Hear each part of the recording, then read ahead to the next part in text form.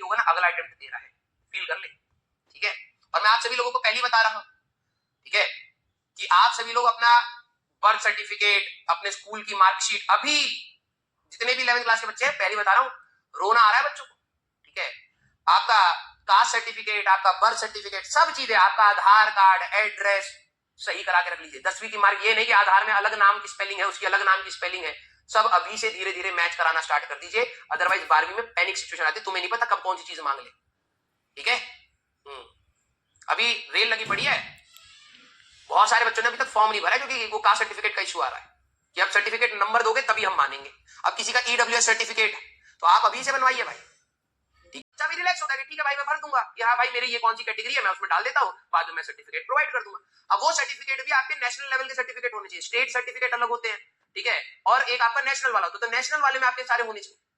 तो आप अपने पेरेंट्स को बता दीजिएगा भाई कि ये डॉक्यूमेंट्स आप अभी से तैयार करो। आपकी 10वीं की मार्कशीट, आपकी 12वीं की मार्कशीट के नाम सेम होने चाहिए, कई बच्चों के नाम की स्पेलिंग गलत होती है, पेरेंट्स के नाम की स्पेलिंग गलत है, आधार में एड्रेस गलत है, आधार में आपका वो गलत है। जब आप एनआईटीज में एडमिशन लेंगे तो स्टेट कोटा भी लगता है, अब आपका एड्रेस ही गलत है तो आप स्टेट कोटा अवेल नहीं कर पाएंगे। तो आपकी ये सारी चीजें, हाँ ये आपकी सारी चीजें मैटर करेंगी। जनरल वालों के लिए तो नहीं है बेटा वो सर्टिफिकेट। अगर आप देखो किसी का कैटेगरी सर्टिफिकेट है, फॉर एग्जाम्पल ओबीसी का सर्टिफिकेट है, ठीक है, अगर आप नहीं दोगे तो आपको जनरल कैटेगरी में माना जाएगा, तो आपको वो सर्टिफिकेट प्रोवाइड करना पड़ेगा, यस।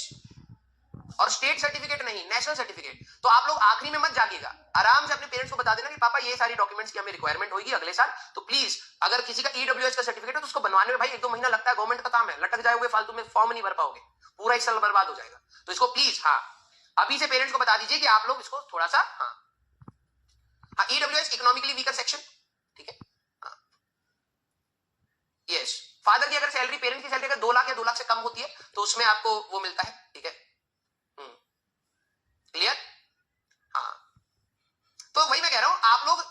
बेटा, आप लोग 11वीं में आप लोग हवा में मत उड़िएगा, ये सारी चीजों की रिक्वायरमेंट है। आप एक एम को लेके चल रहे हैं तो उस पर फोकस रहिए, डिस्ट्रैक्ट मत होइए, खाली टाइम में तो ये सारी चीजें करवा लो अपनी, ठीक है। जब आपका 11th खत्म होगा तो मैं आपको ये सारी एक बार मिलकर आपको बता दूंगा भाई ये डॉक्यूमेंट्स आपके पास होने चाहिए, लेकिन बेसिक चीज एटलीस्ट आपकी आधार अपडेट हो, ठीक है, आधार में आपका ओटीपी आपके घर में किसी के नंबर पर आ रहा हो, प्लीज आप वो देख लीजिए, क्योंकि बाद में अगर कोई वेरिफिकेशन करानी है, कुछ अपडेशन चाहिए तो वो आधार का वेरिफिकेशन करवाएंगे, ठीक है, तो ओटीपी आना चाहिए भाई, ओके। मैं आपको पहले बता रहा हूं, आपकी एक वैलिड ईमेल आईडी होनी चाहिए, ईमेल आईडी तो चलो आप लोगों के पास होगी, ये बेसिक चीजों की आपको तैयारी करनी पड़ेगी।